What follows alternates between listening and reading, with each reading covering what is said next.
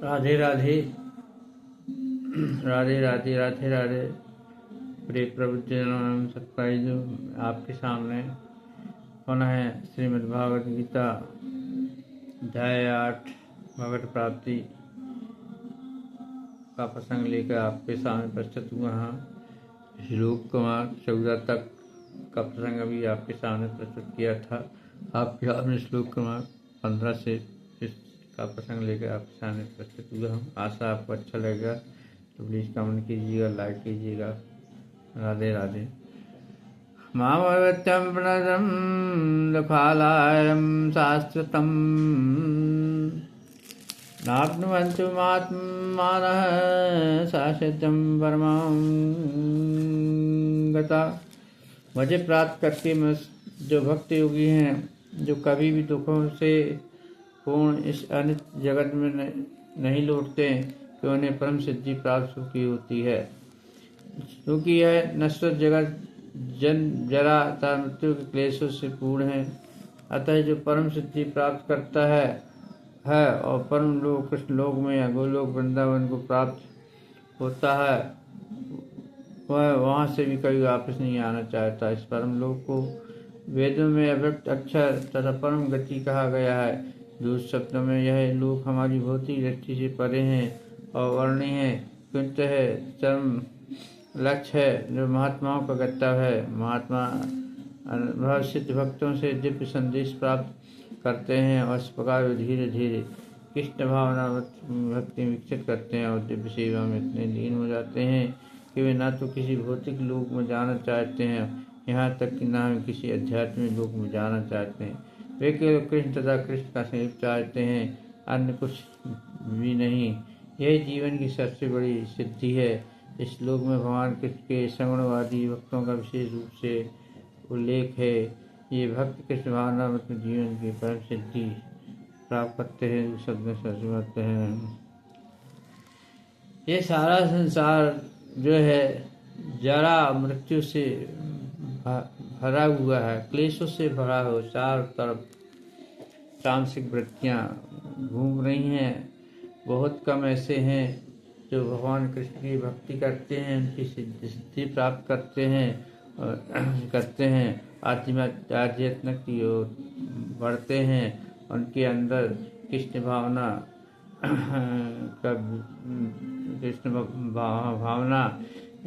का भाव उत्पन्न होता है। ऐसे संसार में बिरले ही साधु संत हैं जो एकाग्रता से तन मन से ईश्वर की भक्ति करते हैं और कृष्ण को अपना आधार मान के मुक्ति की प्राप्ति का प्रयत्न करते हैं। और कृष्ण जो है इस लोक में संगवादी भक्तों के लिए विशेष रूप से विस्तार से कहा गया है कि परम सिद्धि वही प्राप्त कर सकते हैं, मोक्ष वही प्राप्त सकते हैं जो कृष्ण में से की भक्ति एकाग्रता से, विरक्ति से, विराग से करते हैं। वही कृष्ण की भक्ति को प्राप्त कर सकते हैं और परम सिद्धि को प्राप्त कर सकते हैं। और ये सर्वोच्च उत्तम आत्माएं होती हैं जो कृष्ण की भक्ति की इच्छा करती हैं, कृष्ण के पास पहुंचने की इच्छा करती हैं, कृष्ण को ही सब कुछ मानती हैं, उन्हें ही एकात्म देव परमेश्वर मानते हैं। भगवत की शरण जाते, भगवत शरणम गच्छामि। जो इस उद्देश्य को लेकर भक्ति करता है उसे अवश्य कृष्ण का साकार रूप का दर्शन होता है। आप्रवन लोका पुनरावर्तन मामत्यं कौन्ते भजन मनोजना विद्यते। इस जगत में मैं सर्व लोक से लेकर निम्नतम सारे लोग दुखों के घर हैं तथा मरण का चक्कर लगा रहता है, किंतु यह कुत्ती पर जो मेरी धाम को प्राप्त करते हैं जब वह फिर भी जन्म लेता है। कृष्ण भगवान कहते हैं कि उच्च से उच्चतर लोग, निम्न से निम्न लोग जो है लोगों में भी दुखों का बसेरा है। सारे जन्म मरण के चक्कर में घिरे रहते हैं। एक चक्रव्यूह जो जन्म लेता है, फिर मृत्यु को प्राप्त होता है, फिर जन्म लेता है, फिर मृत्यु को प्राप्त, इस चक्र से वह छूट नहीं पाता है। किंतु चिंतु है कुंती पुत्र जो मेरे धाम को प्राप्त कर लेता है, मतलब जो वैकुंठ धाम को प्राप्त कर लेता है वो चक्र से छूट जाता है। धाम मतलब कृष्ण का लोक, वैकुंठ लोक कहना चाहिए, गोलोक कहना चाहिए। मतलब कृष्ण जहाँ विराजते हैं, जहाँ उनको लोग वहाँ कृषि अपने साथ बुला लेते हैं। उनकी भक्ति से प्रसन्न होकर, उनकी एकाग्रता से प्रसन्न हो गए, उनकी वृत्ति से प्रसन्न हो गए। उनकी भक्ति में जो शक्ति होती है, उस शक्ति से वशीभूत होकर कृष्ण उन्हें अपने पास बुला लेते हैं, अपने धाम बुला लेते हैं। अर्थात समस्त योगी को, चाहे वे कर्म योगी हों, ज्ञान योगी, हठ योगी, किसी भी भक्ति योग भक्ति में सिद्धि प्राप्त करती होती है, तब वे कृष्ण के दिव्य धाम को जाते हैं। मतलब कोई सी भी भक्ति हो, कैसी भी भक्ति हो, धाम को जा सकते हैं, जहाँ से वे फिर कभी वापस नहीं आते, मोक्ष प्राप्त हो जाता है। वापस न आना मतलब जन्म मरण के चक्कर में उन छुटकारा मिल जाता है, उनको मोक्ष मिल जाता है। ऐसे हमारे दयालु भगवान कृष्ण हैं। जो सर्वस्व भौतिक लोगों तथा देह लोगों को प्राप्त होता है, जो सर्वस्व भौतिक लोग तथा देह लोगों को प्राप्त होता है, उनका पुनर्जन्म होता रहता है। जिस प्रकार इस पृथ्वी के लोग उस लोगों को जाते हैं, उसी तरह ब्रह्म लोग, चंद्र लोग तथा इन लोग जैसे उच्च लोगों से लोग पृथ्वी पर गिरते अर्थात जन्म लेते रहते हैं। किसी भी रूप में, किसी अवसर में उनका जन्म होता है। छांदोग्य उपनिषद में जिसे पंचाग्नि विद्या का विधान है, उससे मनुष्य ब्रह्मलोक को भी प्राप्त कर सकता है। किंतु यदि ब्रह्मलोक में कृष्णामृत का अनुशीलन नहीं करता तो उसे पृथ्वी पर फिर से लौटना पड़ता है। मतलब भक्ति नहीं करता, संकल्प नहीं करता, हाँ, तो ऐसे लोग उस लोकों में भी कृष्ण भावना से प्रगति नहीं कर पाते। वे कर्म से और जो भक्ति करते हैं ऊपर पहुंचते जाते हैं और ऊपर पहुंच जाते हैं, उस तक की ओर पहुंचते चले जाते हैं। और प्रलय के समय में नित्य परम धाम को भेज दिए जाते हैं। जब प्रलय आता है संसार में तो प्रभु के धाम में रहते हैं वो। श्री स्वामी ने भी अपने भागवत गीता में यही श्लोक है, ब्राह्मणासहिते सर्वसंभ्रांते प्रतिशंतरे प्रश्यांते गतिस्थानम वृष्यन्ते। जब इस भौतिक ब्रह्मांड का प्रलय होता है तो ब्रह्मा तथा भावनावश में निरंतर प्रवृत्ति करके उनके भक्त अपनी इच्छा अनुसार आध्यात्मिक ब्रह्मांड को तथा विशिष्ट विगुण लोगों को भेज दिए जाते हैं। मतलब एक ऐसा भी ब्रह्मांड जो आध्यात्मिक से भरपूर है, भरा हुआ है, जहाँ जो आध्यात्मिकता दर्शन होते हैं, आध्यात्मिक भाव से भगवत को, कृष्ण को याद करते हैं, उस रूप में चले जाते हैं। सहस्र युग पर्यंत महयत ब्राह्मणो विदु रात्रि युग सहस्रांतम तैरात विदु जना। सहस्त्र मतलब 1000 युग मतलब पर्यंत सहित अहम मानवीय गणना के अनुसार 1000 युग मिलकर ब्रह्मा का एक दिन बनता है। मानव की जो गणना होती है उसमें 1000 युग मिलकर ब्राह्मण का एक दिन माना जाता है। और इतनी ही नहीं बड़ी ब्रह्मा की रात्रि भी होती है, इतनी बड़ी ब्रह्मा की रात्रि भी होती है। अब कल्पना कीजिएगा 1000 युग कितना होता है, अब कल्पना से परे है। 1000 युग मिलकर ब्रह्मा का एक दिन और बनता है, और इतनी ही बड़ी अवधि में ब्रह्मा की रात्रि भी होती है। भौतिक ब्रह्मांड की अवधि बहुत ही सीमित क्षणिक है। यह कल्पों के एक चक्र रूप में प्रकट होती है। कल्प विद्या का एक दिन है, जिसमें चतुर्युग सत त्रेता द्वापर कल के 1000 चक्र होते हैं। अभी हमने 4 चक्र सुना था, क्या सतयुग त्रेता द्वापर कली, यह तो हजारों चक्रों की बात कही गई है। सत्युग में सदाचार, ज्ञान तथा धर्म का बोलबाला रहता है और ज्ञान तथा पाप का एक तरह से नितांत अभाव होता है। यह युग 17,28,000 वर्षों तक चलता है और त्रेता युग में पापों का प्रारंभ हो जाता है। त्रेता युग से पाप का जन्म हो जाता है और यह युग 12,96,000 वर्षों तक चलता है। द्वापर युग भी सदाचार तथा धर्म का हनन होता है, हास होता है और पाप बढ़ते। तो यह युग 8,64,000 वर्षों तक चलता है, निरंतर चलता रहता है। और सबसे अंत में कलयुग, जैसे हम विगत 5,000 वर्षों से भोग रहे हैं, अभी यह शेषावस्था में है कलयुग। अब इसकी बहुत लंबी उम्र है इसकी।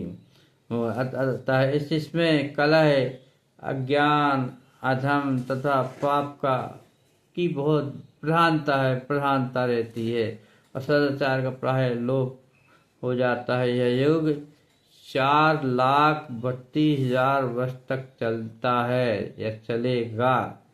भाव गीता में स्पष्ट कहा है कि इस कलयुग की आयु 4,32,000 वर्ष तक है, जो कि अभी मात्र 5,000 वर्ष ही व्यतीत हुए हैं। इस युग में पाप यहाँ तक बढ़ जाएगा कि इस युग के अंत में भगवान स्वयं कल्कि का अवतार धारण करके दुष्टों का नाश करने के लिए अवतरण होंगे। असुरों का संहार करते हैं, भक्तों की रक्षा करते हैं और दूसरे सतयुग का शुभारंभ कलयुग के अंत से ही होगा। इस तरह क्रिया निरंतर चलती रहती है। चारों योग एक सहस्त्र चक्र कर लेने पर ब्रह्मा के एक दिन के तुल्य होते हैं। इतनी ही वर्षों की उनकी एक रात्रि होती है।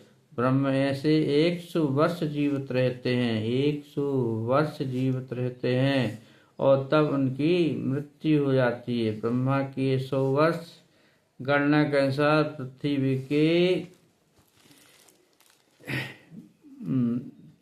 31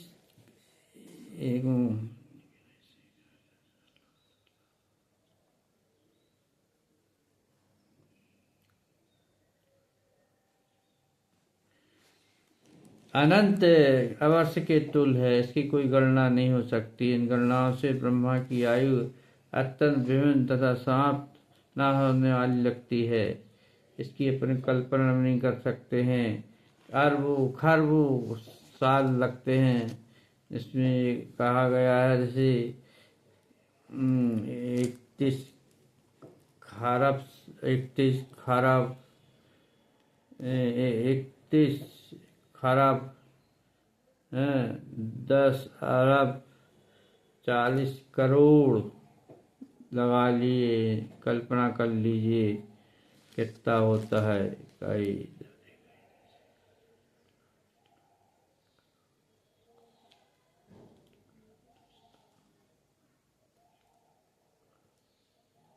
मतलब 31 पदम 10 31 पदम 31 पदम 10 खरब 40 अरब वर्ष के तुल्य है। कल्पना से परे है। पदम मतलब जो खरब से भी बड़ा रहता है। जैसे कहा जाए इकाई, ढाई, सैकड़ा, हजार, 10,000, लाख, 10 लाख, करोड़, 10 करोड़, 100 करोड़, अरब, 10 अरब, 100 अरब, फिर खरब, 100 खरब, फिर पदम आ जाता है। सबसे बड़ी संख्या जो होती है पदम, 31 पद्म के मतलब कहना चाहिए जितने आसमान में तारे हैं उतने वर्ष के तुल्य हैं, कहना चाहिए, अनंत कहना चाहिए। इस गणनाओं से ब्रह्मा की आयु अत्यंत विचित्र तथा न समाप्त होने वाली लगती है, किंतु नित्यंता की दृष्टि से यह बिजली की चमक जैसे अल्प भी मानी गई थी। और कर्णवंश में असंख्य ब्रह्मा अटलांटिक सागर में पानी के बुलबुलों के समान प्रकट होते हैं और लोप होते रहते हैं। ब्रह्मा तथा उनकी सृष्टि भौतिक ब्रह्मांड के अंग हैं फालतू निरंतर परिवर्तित होते रहते हैं। इस भौतिक ब्रह्मांड में ब्रह्मा भी जन्म, जरा, रोग और मरण की क्रिया से अछूते नहीं हैं। वो भी बीमार पड़ते हैं, वो भी मरण की क्रिया से गुजरते हैं, किंतु चूंकि ब्रह्मा इस ब्रह्मांड की व्यवस्था करते हैं, इसलिए वे भगवान की प्रत्यक्ष सेवा में लगे रहते हैं। फलस्वरूप उन्हें तुरंत मुक्ति प्राप्त हो जाती। यहाँ तक कि सिद्ध सन्यासी को भी ब्रह्मलोक भेजा जाता है, जो इस ब्रह्मांड का सर्वोच्च लोक है, किंतु कालक्रम से ब्रह्मा तथा ब्रह्मलोक के सारे वासी प्रकृति के अनुसार मरणशील होते हैं। अव्यक्त्याद अव्यक्त सर्वा प्रभत्यहंरागमे तत्यागमे प्रलयन्ते तत्रैक संजिदे। ब्रह्मा के दिन के शुभारंभ में सारे जीव अव्यक्त अवस्था में व्यक्त होते हैं और फिर जब रात्रि आती है तो पुनः अव्यक्त में विलीन हो जाते हैं। भूतग्रामांसाय वायं भूता भूता प्रलयते रात्यागमे वसयपाद प्रभत्यागारमे। जब जब ब्रह्मा का दिन आता है तो सारे जीव प्रकट होते हैं और ब्रह्मा की रात्रि होती हुई साहवत विलीन हो जाते, मतलब प्रलय हो जाते हैं, विलीन हो जाते, कुछ नहीं बचता है। अल्पज्ञानी पुरुष जो इस भौतिक जगत में बने रहना चाहते हैं उच्चतर लोगों को प्राप्त कर सकते हैं, किंतु उन्हें पुनः इस धरालोक में आना होता है। वे ब्रह्मा का दिन होने पर जगत के उच्चतर लोगों में अपने कार्यों को प्रदर्शन करते हैं, किंतु ब्रह्मा की रात्रि होती है, वे नष्ट हो जाते हैं। दिन में उन्हें भौतिक कार्यों के लिए नाना शरीर प्राप्त होते रहते हैं, किंतु रात्रि की होती है इनके स्वरूप विष्णु के शरीर में विलीन हो जाते हैं। वे पुनः ब्रह्मा का दिन आने पर प्रकट होते हैं। भूता भूते प्रलयते, दिन के समय प्रकट होते हैं, रात्रि में विनष्ट हो जाते हैं। अंतगुत्वा, जब ब्रह्मा का जीवन समाप्त हो जाता है तो उन सब का संहार हो जाता है और वे करोड़ों वर्ष तक अप्रकट होते, करोड़ों वर्ष तक अप्रकट रहते हैं, जन्म नहीं होता उनका। अन्य अल्प में ब्रह्मा का पुनर्जन्म होते पर उन्हें पुनः प्रकट होते हैं। इस प्रकार ये भौतिक जगत की जादू से मोहित होते रहते, किंतु जो बुद्धिमान व्यक्ति कृष्ण भावना स्वीकार करते हैं वे इस मनुष्य जीवन का उपयोग भगवान की भक्ति करने में तथा हरे कृष्ण मंत्र के गीता में बताते हैं। एक बार वे इसी जीवन में कृष्ण लोक को प्राप्त होते हैं, वहाँ पर पुनर्जन्म के चक्कर से मुक्त हो जाते हैं और सतत आनंद का अनुभव करते हैं। राधे राधे। आज का प्रसंग यहीं विश्राम दिया जाता है। कल पुनः आपके सामने श्लोक क्रमांक 20 लेकर प्रस्तुत होगा कि राधे राधे। राधे रमणि हरि पालु हरि हरि कृष्णा गोपाला ओ कृष्ण कृष्ण हरे हरे हरे मुरारी हरे हरे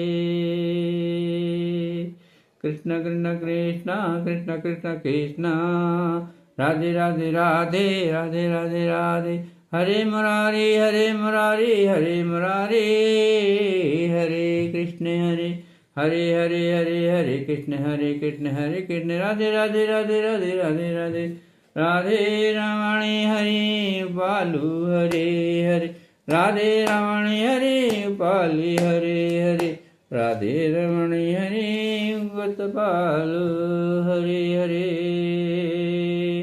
कृष्णा गोपाला सुन ले हमरी करुणा सुन ले हमरी पुकार। हम ज्ञानी लाचार परंदे क्या जाने भक्ति तोरी क्या जाने पूजा तोरी क्या जाने सेवा तोरी। हम अज्ञानी लाचार कृपा करो हे कृष्ण मुरारी। ओ गिरधर गिरवरधारी, कृपा करो हे कृष्ण मुरारी। कृपा करो हे नंद बाबा के दुलारे, यशोदा के प्यारे कान्हा कृपा करो। भक्ति का रस पान कराओ, मुक्ति का धाम दिखाओ। हे कृष्ण मुरारी, ना मैं सोना चाहूं, ना मैं सोना चाहूं, ना चांदी चाहूं प्रभु, न दौलत चाहूं, न यश चाहूं। देना है तो प्रभु भक्ति का जाम पिला दो, मुक्ति का द्वार दिखा दो। हे प्रभु हे स्वामी, अपने दास पे दया दिखा दो, दया दिखा दो, दया दिखा दो। हे कृष्ण मुरारी, हे कृष्ण मुरारी। मुरली बजैया रास रचैया, मुरली बजैया कृपा करो हम पे, मुरली लाज रखो कृष्ण मुरारी। सबके दाता हो तुम, हम हैं भिखारी, भीख भक्त की मांगते हैं प्रभु, भक्ति की भीख दे दो प्रभु, मुक्ति का मार्ग दिखा दो प्रभु।